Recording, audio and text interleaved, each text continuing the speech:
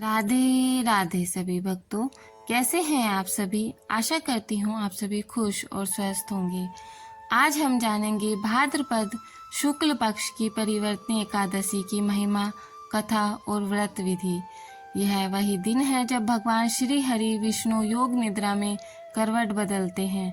आइए जानते हैं क्यों इस व्रत को करना विशेष फलदायी माना जाता है। शास्त्रों में कहा गया है कि इस दिन व्रत करने से समस्त पाप नष्ट हो जाते हैं और अक्षय पुण्य की प्राप्ति होती है। भक्त को वैकुंठ धाम की प्राप्ति होती है। जो व्यक्ति परिवर्तनी एकादशी का व्रत श्रद्धा से करता है उसे हजारों यज्ञ और दान का फल मिलता है। धर्मराज युधिष्ठिर को स्वयं भगवान श्री कृष्ण ने इसकी महिमा सुनाई थी। युधिष्ठिर का प्रश्न था, हे जनार्दन, कृपा करके मुझे भाद्रपद शुक्ल पक्ष की एकादशी का नाम, विधि और महात्म्य बताइए। भाद्रपद मास के शुक्ल पक्ष की एकादशी को परिवर्तनी एकादशी कहते हैं। इसे पद्मिनी या जल झूलने एकादशी भी कहा जाता है। तो आइए कथा का आरंभ करते हैं। जय श्री हरि। एक समय की बात है, सतयुग में एक चक्रवर्ती सम्राट थे, महाबली दैत्यराज बलि। वे अत्यंत दानवीर और परोपकारी थे। उनके दान और तप से तीनों लोग कांपने लगे। यहाँ तक कि इंद्र और देवता भी उनके भय से परेशान हो उठे। तब सभी देवता भगवान विष्णु जी की शरण में गए, भगवान विष्णु से मदद मांगी। भगवान विष्णु ने वामन अवतार धारण किया। एक छोटे से ब्राह्मण बालक के रूप में वो अवतरित हुए देवताओं की मदद करने के लिए। वामन भगवान राजा बलि के यज्ञ में पहुंचे और 3 पग भूमि दान में मांगी। राजा बलि भगवान को पहचान नहीं पाए। राजा बलि ने सोचा कि एक छोटा सा बालक कितनी भूमि ले लेगा। तब राजा बलि ने वचन दे दिया कि जाओ 3 पग भूमि नाप लो।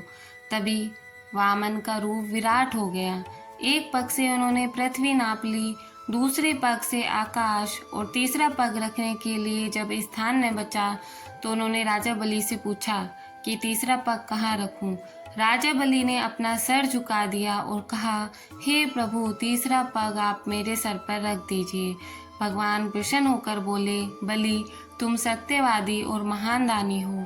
तुम पाताल लोक में रहोगे, लेकिन मैं सदा तुम्हारी रक्षा करूंगा। इसी दिन भगवान ने करवट बदली थी, इसीलिए इसे परिवर्तनी एकादशी भी कहा जाता है। इस व्रत को करने से सभी पापों का नाश होता है। व्रती को विष्णु लोक की प्राप्ति होती है। जो भक्त इस दिन व्रत रखकर भगवान विष्णु की पूजा करते हैं उन्हें सहस्त्र अश्वमेध यज्ञ का फल प्राप्त होता है। जो दंपति संतान सुख की इच्छा रखते हैं उनके लिए यह व्रत अत्यंत कल्याणकारी है। यह व्रत विशेष रूप से 4 माह चातुर्मास में आता है। स्वयं भगवान श्री हरि ने युधिष्ठिर को यह कथा सुनाई थी और कहा था कि जो भक्त श्रद्धा व विश्वास के साथ इस व्रत का पालन करता है उसके जीवन में सुख, शांति और समृद्धि का आगमन होता है। यह एकादशी न केवल हमारे पापों का नाश करती है बल्कि हमें धर्म मार्ग पर चलने की प्रेरणा भी देती है।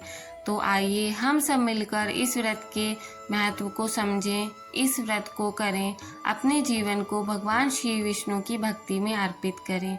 जय श्री हरि। ओम विष्णवे नमः। श्री नारायणाय नमः। ओम विष्णवे नमः। श्री नारायणाय नमः। श्री विष्णवे नमः। श्री नारायणाय नमः।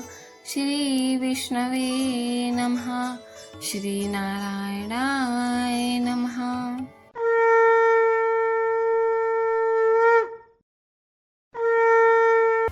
आइए आरती करते हैं श्री हरि विष्णु जी की। ओम जय जगदीश हरे, स्वामी जय जगदीश हरे। भक्त जनों के संकट, दास जनों के संकट क्षण में दूर करे। ओम जय जगदीश हरे। जो ध्यावे फल पावे, दुख विन से का, स्वामी दुख बिन से मन का, सुख संपत्ति घर आवे, कष्ट मिटे तन का। ओम जय जगदीश हरे।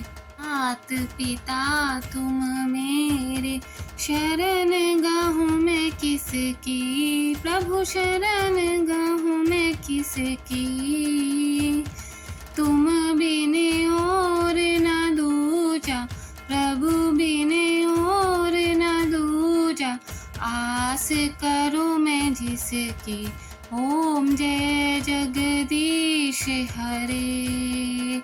तुम पूर्ण परमात्मा, तुम अंतर्यामी, स्वामी तुम अंतर्यामी।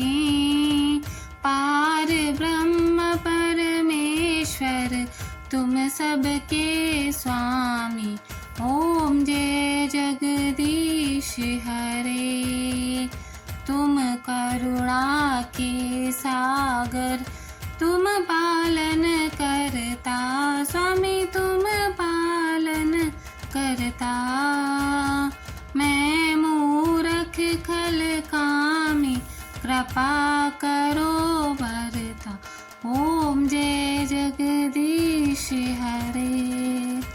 तुम हो एक अगोचर, सबके प्राणपति, प्रभु सबके प्राणपति। किस विधि मिलूं दया मैं, तुमको मैं कुमति। ओम जय जगदीश हरे। दीन बंधु दुख हरता, तुम रक्षक मेरे, प्रभु तुम ठाकुर मेरे। अपने हाथ उठाओ, शरणागत को शरण में लाओ, द्वार पड़ी तेरे। ओम जय जगदीश हरे।